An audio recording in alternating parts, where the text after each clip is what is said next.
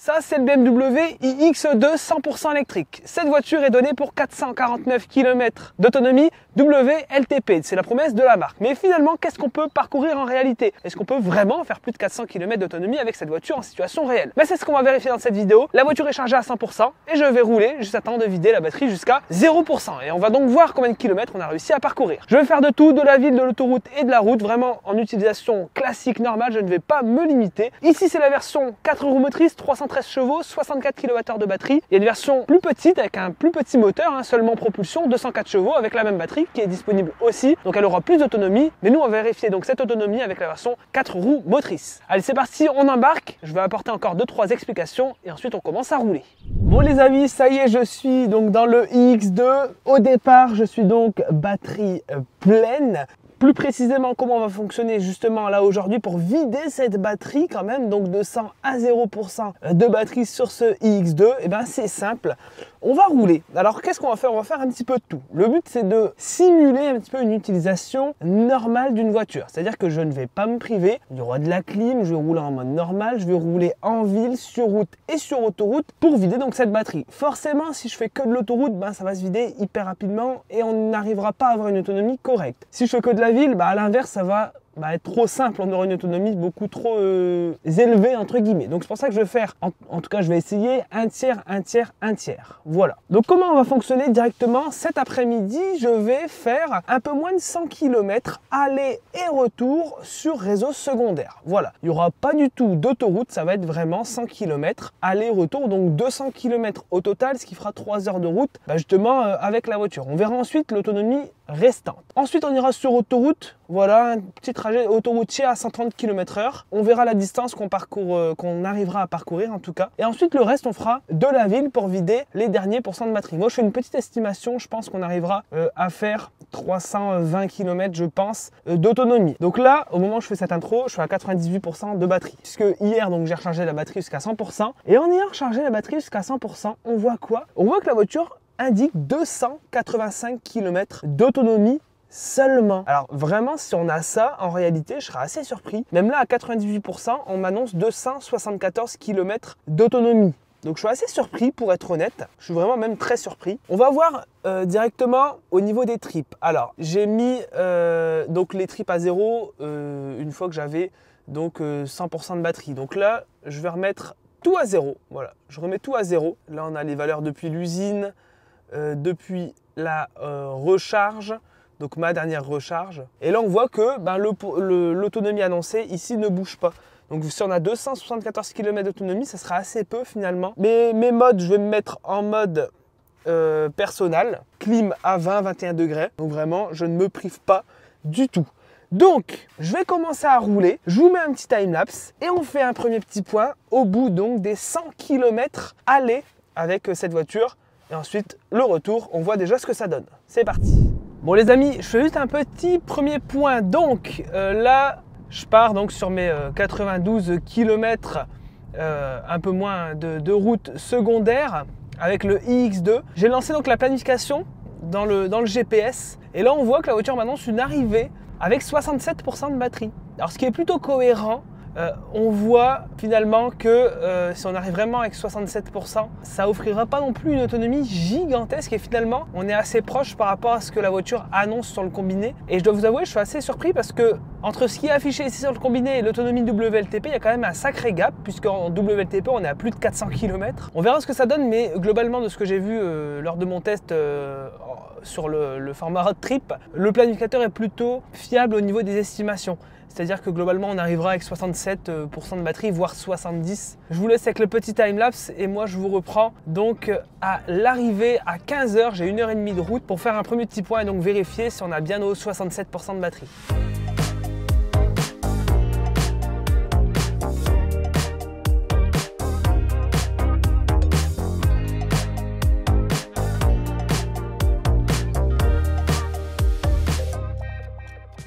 Bon, ça y est, je suis arrivé. Donc j'ai parcouru 99 km avec ce iX2 et je suis bien arrivé avec 71% de batterie. Pour rappel, la voiture m'a annoncé une arrivée avec 67%. Donc on voit que le planificateur est plutôt pessimiste. Et puis là, le temps est plutôt clément, les conditions sont plutôt bonnes. Donc finalement, j'ai consommé un petit peu moins. D'ailleurs, parlons de consommation, hein, je suis à 16,2 kWh 100. Donc depuis mon départ, ce qui est pas trop mal hein, pour une voiture de 313 chevaux.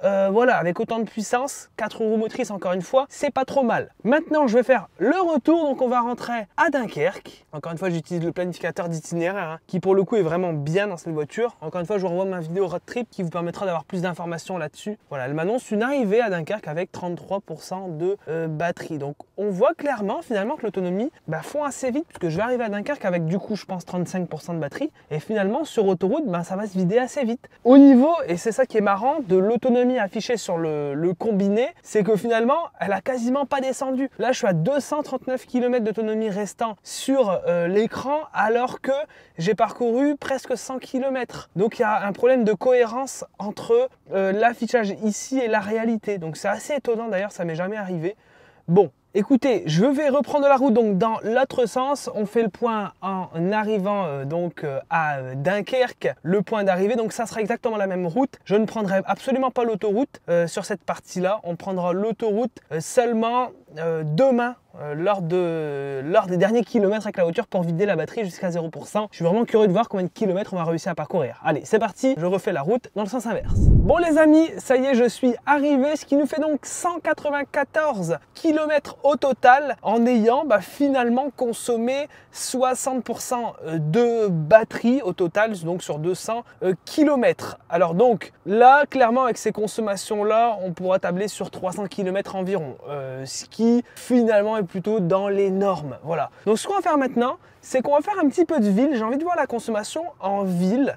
Donc voilà, je vais rouler un petit peu. Je voulais pareil un petit time-lapse. Je vais rouler quelques kilomètres, dizaines de kilomètres. Et après, on ira sur l'autoroute pour terminer cette fameuse batterie. 194 km déjà parcourus, plus de 3 heures de roulage. Donc ça fait déjà pas mal. J'ai bien envie de faire une bonne pause déjà. Et la voiture m'annonce 160 km d'autonomie restant sur le tableau de bord. Suite à ça, on fera donc un bilan. Encore une fois, c'est la 4 roues motrices. Donc je pense qu'en 2 roues motrices avec la même batterie, du coup, on aura de meilleures consommations, une meilleure autonomie. Mais ça sera à vérifier. Clairement, je pense qu'on aura légèrement plus, même si les WLTP entre les deux voitures et les deux versions sont finalement très proches. Ça, c'est assez curieux d'ailleurs. Bon allez, moi je roule maintenant en ville. Petit time-lapse, on se reprend tout à l'heure.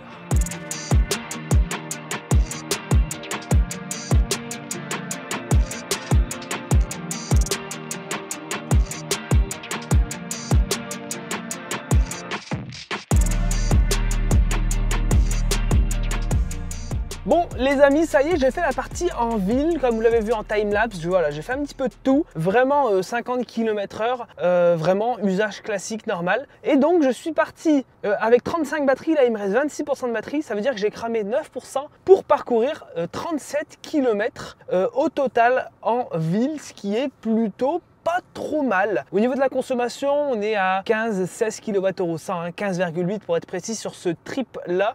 Donc sur 37 km en ville, ça nous offrira globalement avec une marge de sécurité en ville, exclusivement en ville, 350-360 km d'autonomie. Voilà, en prenant une marge de sécurité sur une plage de 100 à 10% environ. Voilà, globalement ce qui est plutôt dans la moyenne, ce qui est plutôt pas trop mal aussi pour cette version 4 roues motrices. Je serais vraiment curieux de voir ce que ça donne en 2 roues motrices encore une fois. Là il me reste donc 26% de batterie. On va aller les brûler ces 26% de batterie. On va aller sur autoroute maintenant, 90, 110, 130 km/h.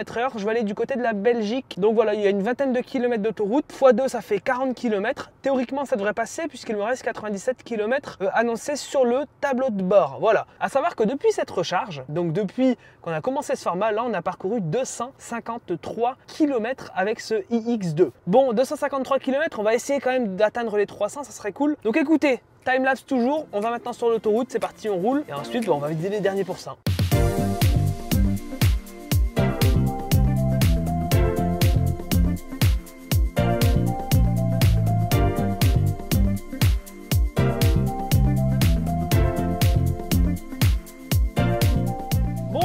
J'arrive à 3% de batterie, le mode tortue vient de s'activer. Alors pour le coup, le mode tortue chez BMW, il est vraiment cool puisque je mets le pied dedans, on a encore sacrément de la puissance, encore pour 3% de batterie. J'ai un peu plus de 10 km d'autonomie restant sur le tableau de bord. Ma station de recharge est dans 7 km, donc je suis encore large. Clairement, dans cette voiture, on voit que même à 3% de batterie, ça se passe extrêmement bien. On a quelques alertes par-ci par-là qui nous disent voilà, recharger, etc.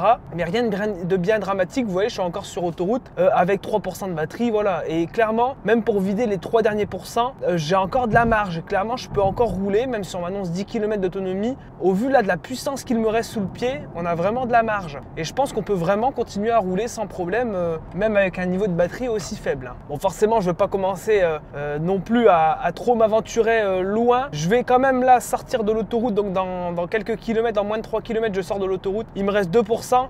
Et là, du coup, je vais rayonner finalement pour vider donc les derniers pourcents de batterie en ville. Voilà, je vais rayonner, ça sera très très bien. Et de toute manière, une fois qu'on sera au 0%, là, on pourra enfin voir combien de kilomètres on a parcouru. Mais en tout cas, c'est pas trop mal parce que là, je suis déjà à plus de 70 km sur autoroute de parcouru. Et clairement, là, le score que je vois, du coup, le score final que je vois sur l'écran est pas non plus si dégueulasse. Je m'attendais à avoir un peu moins. Et finalement, ça va. Donc, il me reste encore 2%. Écoutez, je roule. Pour l'instant, le comportement n'a pas changé. Voilà, clairement, en gros, on voit qu'on peut vraiment taper dans la batterie sans aucun problème dans cette voiture. Et encore une fois, il n'y a pas de danger. Je vais recharger tout de suite, donc il n'y a pas de danger immédiat pour la batterie. Bon les amis, là il reste 1%, 5 km d'autonomie. Je pense qu'on arrive tranquillement sur la fin. C'est pas impossible que la voiture me coupe à 0%. Bon, je vous avoue, ça serait vraiment hyper surprenant. Alors, on va taper un petit demi-tour ici, je pense que ça passe. Hop, allez c'est parti. Je vais mettre le pied dedans, on va voir. J'ai toujours de la puissance. Ça, c'est ça qui est bien. Il me reste 3 km d'autonomie et 2 km à parcourir. Donc voilà. Et puis j'ai un petit dégagement sur le côté si jamais la voiture me coupe.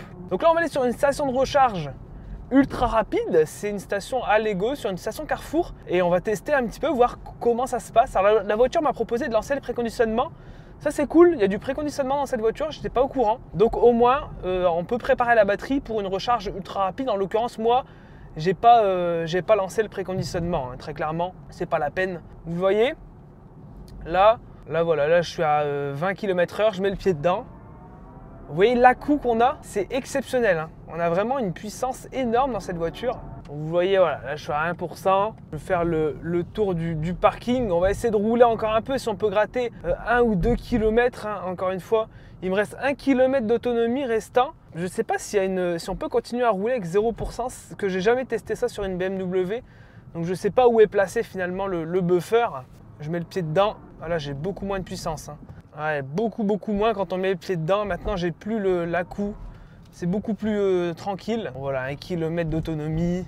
On va rouler un peu sur le parking. Au moins je pourrais pousser si jamais ça se coupe, mais normalement ça ne devrait pas se couper. Ah bah ça y est, je suis à 0. Voilà, et je suis à 0%. Et là, on peut continuer à rouler, vous le voyez.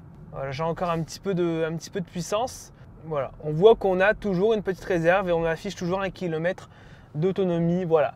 Donc on a réussi ce petit test. Alors je vais aller sur la borne 300 kW.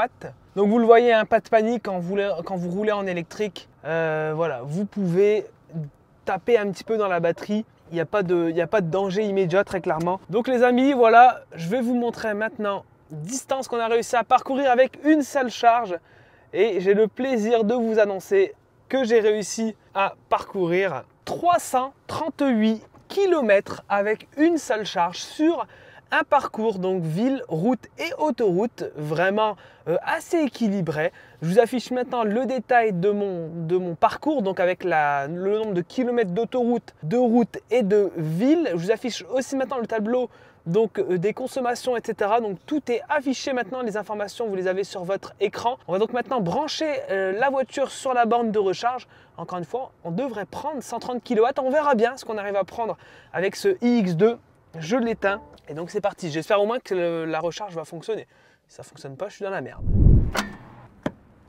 Donc là, on voit bien 0%. Mon écran est un peu dégueulasse. Là, ça met un peu de temps à arriver. Bon, là, on a une erreur de communication. Ça, c'est relou. Ça, c'est très relou. Là, c'est pas le moment d'avoir un problème. Parce que là, si j'ai un problème, bon, j'ai les bornes type 2 qui peuvent me sauver. Mais ça serait quand même vachement embêtant. Ah là, je crois que la charge est bien en train de partir. Je crois qu'il y a eu un problème sur le premier essai. Donc toujours bien 0%. Et là, ça y est. Donc là, on aura la tension. Et là, on le voit, les amis. La tension puissance, ça va nous intéresser. Donc là, on est en train de prendre la puissance. Est-ce qu'on va prendre nos 130 kW? C'est la question. Ça monte tranquille. On s'y approche. Alors moi, hier, j'ai fait un road trip et j'ai vu mes 130 kW. Donc ici, on va peut-être les prendre. Il faudra juste attendre peut-être d'avoir aux alentours de 5 à 10% peut-être. Mais vous le voyez, on est à 122 kW. Et par contre, ce qui est vachement intéressant, c'est qu'on prend 285 volts. On le sait, les véhicules électriques sont souvent en 400 volts. C'est 400 ou 800 volts hein, globalement les normes. Et ici, on prend... Voilà, là on n'a plus l'information en volts, mais on prend moins de 300 volts. Donc voilà, la puissance augmente légèrement. Encore une fois, l'écran est dégueulasse. Alors les amis, ça va être une toute petite charge. C'est-à-dire que je vais rester jusqu'à 20% je pense. Et après je vais partir parce que le but c'est pas de faire réellement un test de recharge. Si vous voulez plus d'infos sur la recharge en conditions réelles, je vous invite à regarder mon road trip d'ailleurs. Donc là voilà, on prend 125 kW, vous voyez que c'est pas trop mal. Donc, globalement, il faudra compter 25 minutes à peu près sur le iX2 pour récupérer assez d'autonomie pour pouvoir rouler. Donc en gros, pour arriver jusqu'à presque 80% de batterie. Ici voilà 5%, 125 kW, voilà. Globalement, ça se passe plutôt bien. Bon voilà, écoutez, je pense que ce test et cette vidéo voilà, auront été assez concluants quand même. Donc voilà, une plutôt bonne surprise pour ce modèle-là. 4 roues motrices, voilà. Encore une fois, on aura mieux sur la version 2 roues motrices. Voilà, c'est pas non plus exceptionnel, hein. On a vu mieux globalement, mais on est dans la moyenne de ce qui se fait généralement sur ce segment en électrique. Encore une fois, ici, voilà, ça posera pas trop de problème. On voit surtout qu'en voiture électrique, c'est pas tant la distance qu'on peut parcourir avec une batterie, hein, c'est surtout la recharge finalement, où vous rechargez, comment vous rechargez, est-ce que la recharge est rapide ou lente, etc. Finalement, l'autonomie globale, on s'en fout un petit peu. Ici, voilà, on est dans la moyenne, c'est plutôt bon, voilà. Clairement, moi, c'est plutôt validé. J'espère que vous aussi, vous validez ce format. D'ailleurs, n'hésitez pas à vous abonner. Moi, je vous dis à la prochaine dans une prochaine vidéo. C'était Max.